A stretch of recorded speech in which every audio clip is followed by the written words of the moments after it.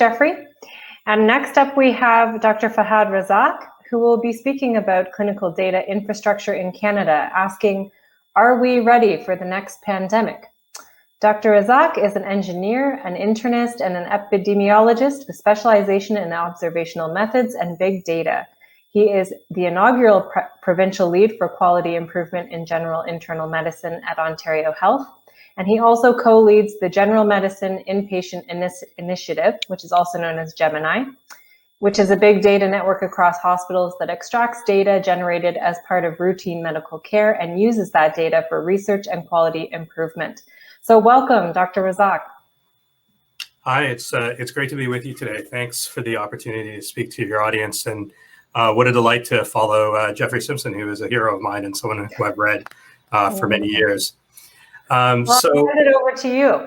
Okay, perfect. Thanks again for the opportunity. I'm going to talk today about our clinical data environment and where the opportunities are for health research and where we need to go, looking at some of the best examples in the world. I have no conflict of interest to declare other than being an employee of Ontario Health. So the three areas we're going to talk about today is first describe data and research infrastructure, and specifically look to the best example globally, which is the United Kingdom, which is the unparalleled leader in developing therapeutics for COVID-19. As a practicing internist and someone who does a lot of care for patients with COVID, really the two medications, and especially the first, which is steroids, that have proven to be beneficial, were discovered, or the leading research came out of the United Kingdom. And the question is why, and what can we learn from that? The second and related topic is, why are there challenges currently in performing this kind of embedded research in Canada? And I'm going to talk about this term of embedded research. And finally, to discuss factors that I think could make Canada a leader. We have certain factors already in place that would make us the envy of the world. It's just about harnessing them. So first, this topic of embedded research. I just want to make sure we're all using kind of the same concept here. And it's the idea that the people who are doing the research are embedded in the organizations, in the institutions where the clinical care is being delivered. So using myself as an example, I'm a researcher. I'm also an internist at St. Michael's Hospital, where I provide patient care. You want those two relationships to be as close as possible and to have people who are bridging those two areas. It means that research becomes culturally part of the delivery of clinical care, and this is where we can learn from the UK about a better model for how this can be done. It also means that the people who are delivering care are informing the questions which are being asked. So there's this bi-directional relationship. Okay, so with that introduction to the concept of embedded clinical research, first looking to the United Kingdom, and as I mentioned, this is really the global leader in how this can be done. So this was a joyous tweet from Martin Landry, who's a professor in the United Kingdom at Oxford, earlier this week, trumpeting the one-year anniversary of the recovery trial. So the recovery trial is the most famous trial to look at therapeutics for COVID-19. It's why we know that we can treat people with dexamethasone. It's provided the largest sample for the next treatment that's found to be beneficial, called tocilizumab. In this 1 year, remarkably, the Recovery Network has studied 10 drugs.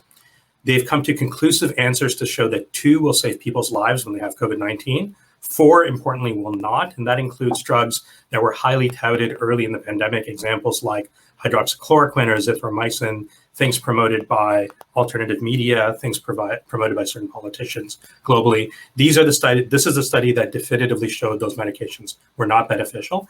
And the final point I think is important. The reason we do trials is often it's not clear going in what is beneficial and what isn't. So often the results are against people's prior beliefs. This is a screen grab of the most famous result, dexamethasone, published in the New England Journal by the Recovery Collaborative. And remarkably, within the United Kingdom, they have now recruited nearly 40,000 patients as of this week across 180 healthcare institutions to help answer important questions about COVID-19 care. So how did this amazing enterprise start? So February 28th, so just over a year ago, Martin Landry sent a message to Jeremy Farrar, who is the director of the Wellcome Trust, one of the big healthcare funding organizations in the United Kingdom. And he said, is anyone planning to do a randomized trial on COVID-19? So that was the question that Martin Landry asked.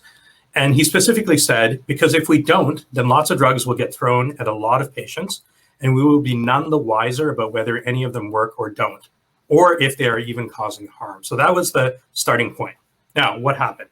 So February 28th, this email goes from Landry to Fahad. Fahad then points out that there's another investigator, Peter Hornby, who could be a good collaborator for Landry on this topic. From February 28th to March 10th, they then develop a protocol for how the research should be done. Remarkably, just 9 days later from the protocol being completed, there is already the legal improvements, the REB approval, and the first patient is recruited. And by May 14th, over 10,000 patients have now entered the study. And by June 22nd, there's a published preprint which changed clinical practice globally, showing that dexamethasone should be used for our critically ill patients with COVID-19. This is now our standard of care in Canada and across the globe. And just again, to highlight the remarkable pace of this, just 9 days from a protocol to recruitment of a patient, and less than 3 months from that protocol being approved to 10,000 patients being recruited. Now, I want to start with an important counterexample of how research was done largely across the globe and unfortunately here in Canada as well. And this is an analysis that was published earlier this year of the first 1,200 trials that were registered at clinicaltrials.gov looking at COVID care. These are bad statistics. So 25% of all trials really poured into this question around hydroxychloroquine. So without coordination, they chose a medication that a lot of early media was promoting, and they poured all their resources into that question, ignoring a lot of other beneficial therapeutics. And importantly, hydroxychloroquine has now conclusively been shown to be not effective. 40% of them were so small that they had less than 100 patients. And again, pointing back to recovery, you need many thousands of patients to answer important clinical questions. Fragmenting your research into many smaller trials just dilutes the research enterprise.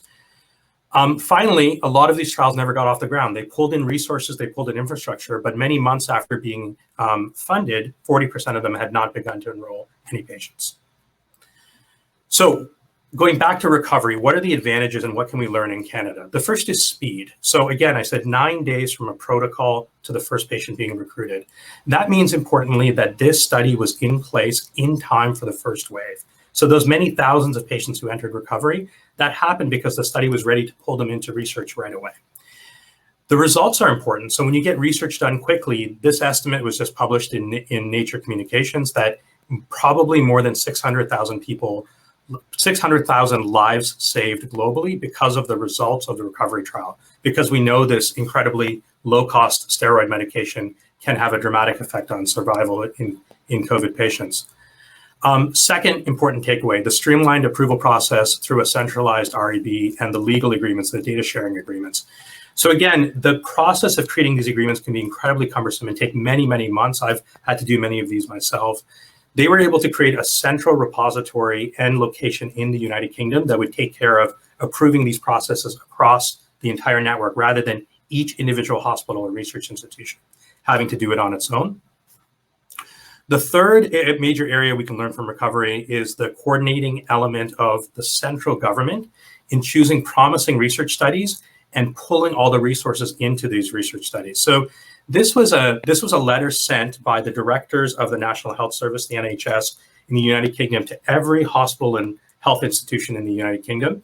And they said, we are, and I've highlighted here the key words, we are writing to ask that every effort is made to enroll COVID-19 patients into national priority trials. And these are trials across multiple sectors. We have chosen 3 trials, and we say that these are the 3 most important trials. We want you to put your patients into these trials to help establish the large sample sizes needed, to help get the pace needed to get the research results fast enough to improve patient care. And you'll see that recovery is one of these trials. Obviously, there's nothing parallel like this in Canada. Other advantages, the NHS and the National Institute of Health Research United Kingdom had invested in creating infrastructure within hospitals and healthcare institutions for over a decade. And that meant that a large number of hospitals could quickly come on board to answer these questions. Again, there is no parallel in Canada. So just in the dexamethasone part of recovery, 176 hospitals and healthcare institutions participated. That is an enormous number. And the estimate is that 1 in 6 of all hospitalized patients in the United Kingdom entered the recovery trial. Again, a remarkable number. Final important point is that in Canada, we keep the approval process of recruiting patients separate from those who deliver clinical care, the clinicians. Importantly, in the United Kingdom, they said, because we think research and clinical care are embedded together, those clinicians could recruit patients directly. What about gathering outcomes? So in the United Kingdom, they have sophisticated electronic health repositories, sort of like we do in Canada, but importantly, they say that these clinical repositories, these are the electronic health records that every hospital has or that are in primary care. The data from those can be used in an improved manner for research. So that data is being generated for clinical care. It's the lab test that I send or the x-ray that I send, but you can take that information and use it for research as well. Importantly, we can't do that in Canada currently. A trial platform. So recovery was a platform, not just a single clinical trials. And that meant that the infrastructure that was put in place for the recovery trial could be used to answer questions, not just the dexamethasone question. And here are 6 other medications that were tested, as I mentioned, all with very large sample sizes, all tested by recovery in quick sequence. So they were able to answer questions now in a year about 6 important medications for COVID treatment. And then finally, political will. So this was a letter that was sent out again by the directors of the National Health Service, again spread throughout the entire network. This letter went out and it said, any treatment given for coronavirus other than general supportive care should currently be part of a trial where that is possible. So importantly, they were saying, as you are treating patients, we encourage you, strongly encourage you, to put those patients into trials. It's the only way that we can definitively find out whether these treatments that we don't know for a disease that didn't exist just a year ago, how do we know that these treatments will work? We need to study them. We need to put our patients into trials. So what are some of the challenges in performing this kind of embedded research in Canada? I mentioned a lot of it as I went through the advantages of the United Kingdom, but I'll just kind of briefly summarize again here. And I would say a really fantastic article about this topic was just published in CMAG at the end of 2020. I've provided a reference here in the bottom right corner. So 3 main areas I outlined in this article, and I think they'll really hit home when you see the example of recovery and what exists in Canada currently. First, there's no centrally supported infrastructure within Canadian healthcare institutions for this kind of research. And that means that each time you want to do a new randomized trial, you're often creating new labor. You're using new labor-intensive structures, the investment in people, the investment in data structures. That has to be replicated each time. It's expensive, it can be redundant, and often many of our smaller sites just can't get that infrastructure built quickly enough to answer a trial question. And that means Canadians who are sick from a condition, COVID-19, they may not even be at a center that can enroll them into a research study because that infrastructure is not already there. So this again is that 10-year window that the United Kingdom was slowly building up this capacity. The second, and this is culturally really important, and I think Jeff Simpson mentioned this as well, which is that there is a culture that has to be built up around research. And in our clinical environment, and I can say this as a clinician, research and the idea of research is not part and parcel of what we do every day. Research is really considered to be important, but separate in some ways from the delivery of care. And that's an important cultural mindset that has to be changed. I would say something that's been achieved in the United Kingdom and something that we can learn from. And then finally, research efforts are fragmented. So I highlighted those letters from the directors of the National Health Service in the United Kingdom. They told researchers that they needed to work together. They chose the priority studies and they routed patients toward those priority studies. Contrast that again to what happened globally and unfortunately what has happened in Canada in many circumstances. Many small studies, none of them get to the finish line. You never get that conclusive answer that you need. I'll stop on what I hope is an optimistic tone, which is that, in fact, Canada is a leader in many parts of randomized clinical trial science. That's largely in the international and multi-institutional setting, and I think we can harness those advantages to make clinical research better in Canada to study our own patients. So the first reason, and this is really important to realize, we have some of the best trialists and scientists in the world. The concept of large simple trials, this is what Martin Landry cited as his inspiring paper. That paper was written by Salim Yusuf, the most cited clinical trialist in the world. He's at McMaster University. He's Canadian. And a lot of the work that's being done internationally across these huge trial networks is being driven by Canadians. Second, even though Canada only has 0.5% of the world's population and we're approximately 10th by GDP, we are the 3rd largest producer of impactful clinical trials research in the world, behind only the United Kingdom and the United States. That is remarkable, and again, it attests to the talent and the talent within the Canadian system. The question is, can you turn that internally also to study the Canadian population? And that's what the UK has really shown. But clearly the talent is already here. This is a network diagram showing of the most impactful clinical trials research done globally, where each country sits. And again, you can see Canada here, centrally, the third, after only the United States and the United Kingdom. What are some other advantages we have? Well, we already have large administrative data sets that can be used for research. Important examples that are currently being used include things like HiHi or the Institute for Clinical Evaluative Sciences, ICES. But there are other data repositories like the eHealth Ontario data streams. These are remarkably complex data streams that are being generated for clinical care. We are currently not using them for research. The United Kingdom has shown that they can be used safely. We should do the same here. And then I'll stop on a final note to say that we have some certain advantages in our population which are enviable and which will make countries around the world envious. Importantly, we have a multi-ethnic population. That means that research here is widely translatable. Contrast that to relatively homogeneous European countries that don't have that trait. Secondly, we have a single payer system, and that means that we essentially capture the majority of our population to do research on. Contrast that to the United States, where they have this private, balkanized system where every hospital is part of a private network. You don't get that expansive spread or population coverage. So in conclusion, we can look to the United Kingdom as a best case scenario for what can be achieved. This is doable. We don't have to think about it in theoretical terms. The current Canadian clinical research environment is not there, and doing embedded clinical research is at times quite difficult. But we have certain advantages in place that could make us a global leader in this kind of work. And here's some of the papers that I cited in today's presentation. Would love to take any questions. Well, thank you so much, Fahad, for answering our question, are we ready for the next pandemic? And I guess that's my sort of first question to you. You mentioned a lot of the assets and the infrastructure that we do have here, but that we might not quite be ready to emulate what happened with the recovery trial in the UK. So on a big picture thinking, blue sky thinking, what do you think it's going to take? It's not a fast solution. So if you look to the example of the United Kingdom, the pivotal work to shift their system towards the infrastructure that was required for recovery started 15 years ago. And it's been slowly built and developed and nurtured over those 15 years.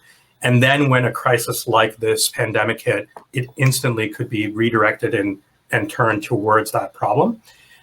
But we don't have to figure out what that infrastructure looks like. Like the United Kingdom, when they built it, there wasn't another global example of what that could look like. We now have that example. You don't have to recreate the policy or the strategies that are needed. We can learn directly from the United Kingdom. And then, as I mentioned, I think we have certain crucial advantages. We have world-leading scientific talent. We have a population that's captured. It's highly multi-ethnic, which means that the science is really valuable. So I don't think 15 years, but if that next pandemic happened next year, we again would not be ready. Certain actionable steps, though, can be taken right away. And I would say the most important and the one that doesn't require a lot of resources is coordinating research. So to say that you can't have this balkanized system where hundreds of researchers are choosing hundreds of different questions, each one of them doing relatively small sample size research that doesn't get to the finish line, pulling all of those researchers together the way the United Kingdom did, I think is really important. The second is the political will and the messaging to say that research and clinical care are the same. As you're caring for patients, you should be trying to pull them into research for these questions where we really don't know what the right answer is. Mm-hmm. I think we have time just for one more question, and it touches on what you just said. So clinical trials are currently not integrated into the healthcare system, but what can we do to make that happen, or what can the government do to make that happen? Yeah, so I think I mentioned a few of those, which is that it's the cultural shift. So that, importantly, this cannot be led just by health researchers. It has to come from government. It has to come from policymakers to say that this is a priority. When we are caring for patients, we're also learning how to best care for patients. The second important thing is that coordinating element, as I mentioned. And the third is that we have sophisticated data systems already in place. The Canadian taxpayer, the Ontario taxpayer has paid for those systems. Let's use that data also for research to help improve the care that we are delivering. Right now, a lot of that extremely valuable data is not accessible, but it could be, and the structure around it has already been created. And the UK example tells us that it can be used safely, respecting privacy and other considerations. Well, thank you so much for your time.